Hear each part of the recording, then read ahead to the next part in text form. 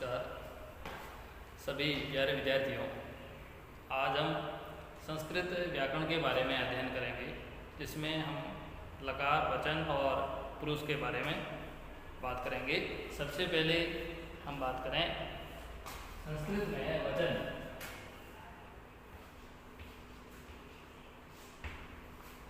संस्कृत में 3 प्रकार के वचन होते हैं। एक वचन, द्विवचन और बहुवचन।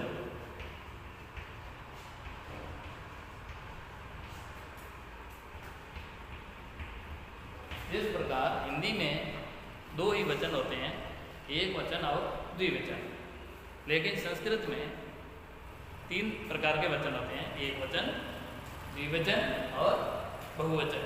यानी किसी एक वस्तु के लिए एक वचन का प्रयोग होता है, 2 वस्तुओं के लिए द्विवचन का प्रयोग होता है और 2 से अधिक प्रकार की वस्तुओं के लिए बहुवचन का प्रयोग होता है। अब हम बात करेंगे पुरुष। पुरुष, संस्कृत में पुरुष भी 3 प्रकार के होते हैं। 3 प्रकार। प्रथम पुरुष, मध्यम पुरुष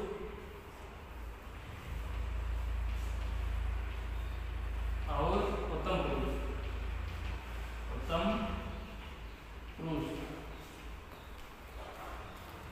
तो संस्कृत में 3 प्रकार के पुरुष होते हैं, प्रथम पुरुष, मध्यम पुरुष और उत्तम पुरुष। अब हमें लकार के बारे में समझना होगा। संस्कृत में लकार 5 प्रकार के माने गए हैं। हिंदी में इन्हें काल के नाम से जाना जाता है, वर्तमान काल, भूतकाल और भविष्य काल। जबकि संस्कृत में इनके साथ में लोट लकार और विधिलिंग और जोड़ दिए जाते हैं। इस प्रकार संस्कृत में 5 प्रकार के लकार या काल माने गए हैं। यहाँ वचन और पुरुष का प्रयोग किस प्रकार होता है वो हम लकारों के माध्यम से समझेंगे। जिसमें जैसे सबसे पहले हम लट लकार वर्तमान काल के बारे में बात करेंगे। लट लकार वर्तमान काल के हम किसी के एक धातु का रूप लेंगे और उस धातु के माध्यम से हम लट लकार को समझने का प्रयास करेंगे।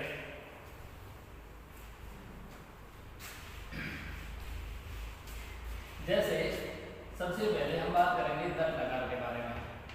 लट लकार, लट लकार वर्तमान काल, वर्तमान काल के रूप।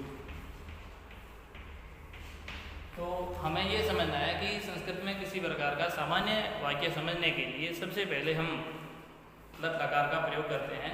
और लट लकार के सबसे सरल वाक्य को समझने के लिए हम एक पट धातु का रूप लेंगे और पट धातु के रूप हम लिखेंगे। यहाँ पट धातु, पट यानी पढ़ना। लट लकार वर्तमान काल के रूप। तो सबसे पहले हमें इनको वचन और पुरुष में बांटा होगा।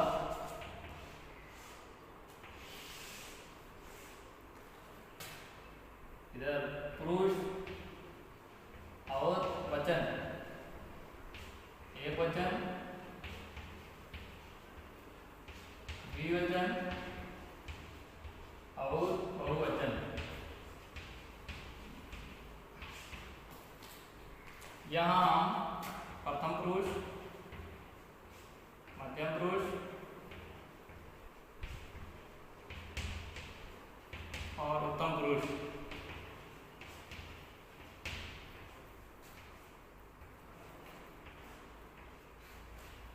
सबसे पहले हम इसके रूप लिखेंगे।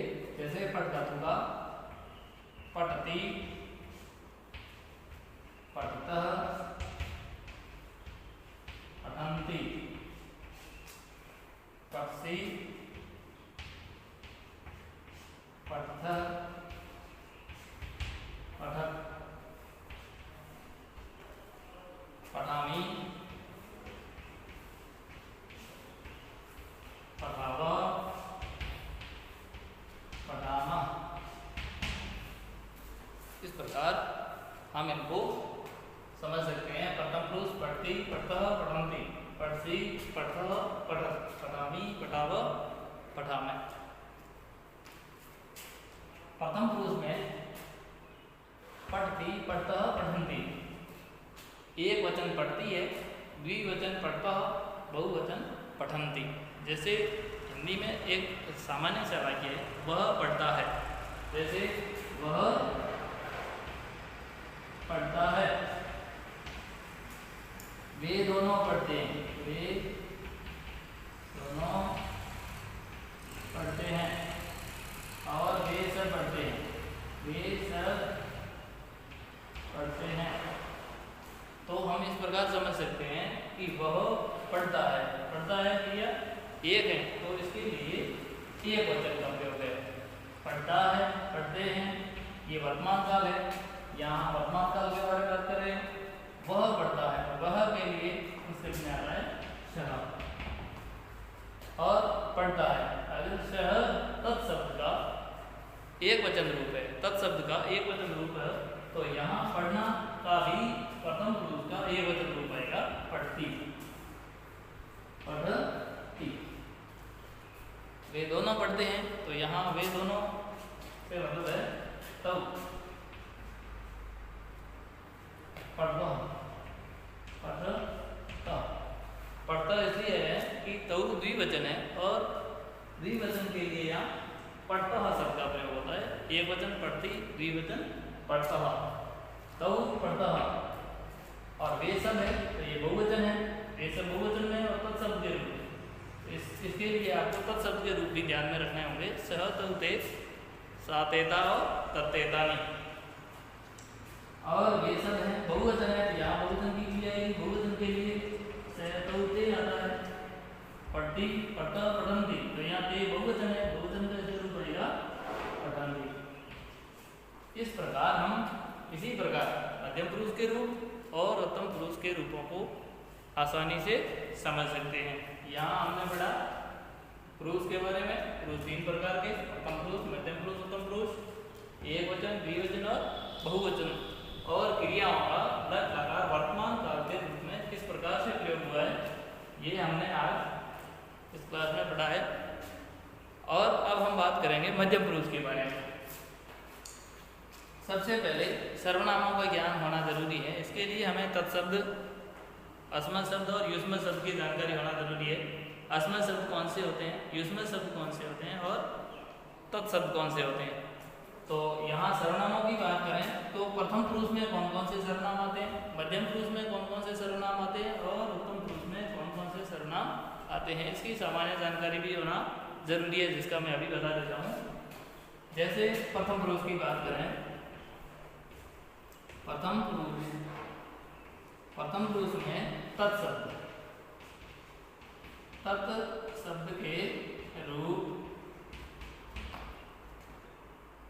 और इदम शब्द के रूप, इदम शब्द के रूप, और किसी का नाम, किसी का नाम यानी संज्ञा, संज्ञा, सर्वनाम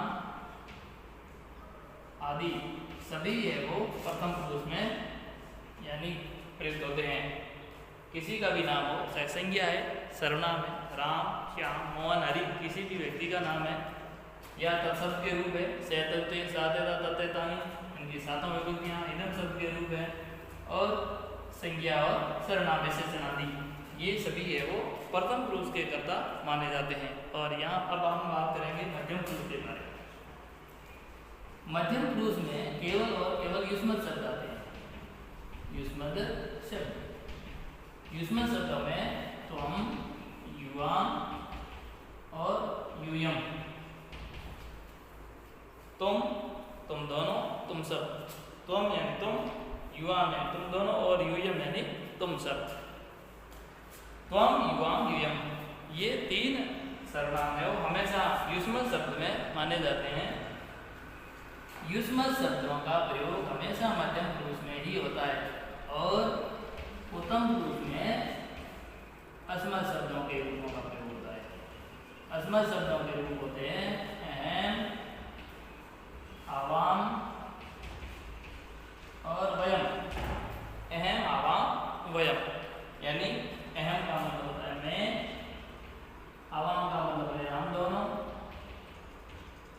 वयम का मतलब है हम सब।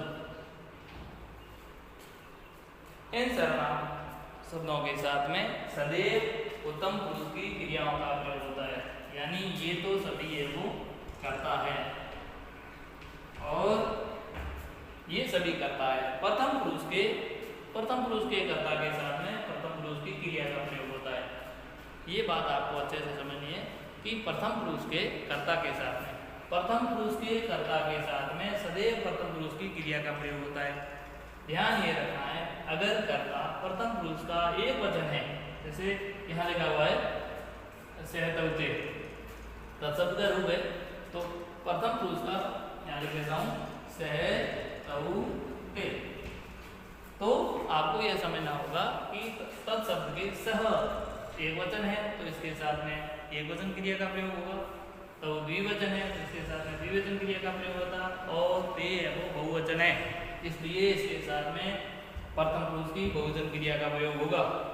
और मध्यम पुरुष में युष्मन शब्दों की बात करें, जैसे तुम एक वचन है तो इसके साथ में मध्यम पुरुष की एक वचन का प्रयोग होगा। और युवाम है वो द्विवचन है, द्विवचन के साथ में मध्यम पुरुष की द्विवचन क्रिया का प्रयोग होगा।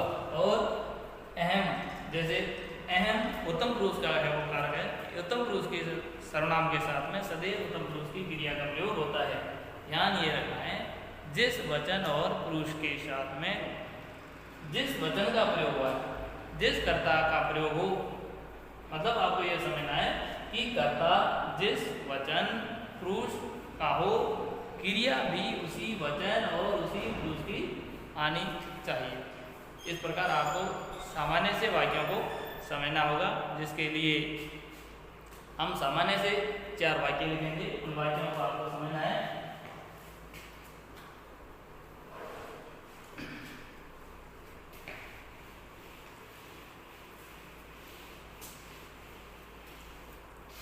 जैसे हम यहाँ वाक्य एक लिख रहे हैं कि मैं पढ़ता हूँ, तो यहाँ आपको ध्यान ये रखना है, मैं उत्तम पुरुष का करता है, मैं उत्तम पुरुष का करता है और एक वचन का है, इसलिए मैं अहम और इसके साथ में जो क्रिया है ये उत्तम पुरुष की ही आएगी। उत्तम पुरुष के कर्ता के साथ में उत्तम पुरुष की क्रिया आएगी। उत्तम पुरुष का कर्ता एक वचन है तो यहाँ भी उत्तम पुरुष की एक वचन की क्रिया आएगी, अहम पठामी, अहम पठामी। इसी प्रकार द्विवचन में हम दोनों पढ़ते हैं या हम सब पढ़ते हैं, तो हम सब है बहुवचन है, अहम आवा वयम, यहाँ हम लिखेंगे वयम और बहुवचन की क्रिया का प्रयोग होगा। जैसे अहम आवा वयम, तो यहाँ हम वयम के साथ में उत्तम पुरुष की क्रिया का प्रयोग करेंगे, पठामा। इस प्रकार से कर्ता जिस वचन और पुरुष का हो, क्रिया भी उसी वचन और पुरुष की होनी चाहिए। बहुत बहुत धन्यवाद।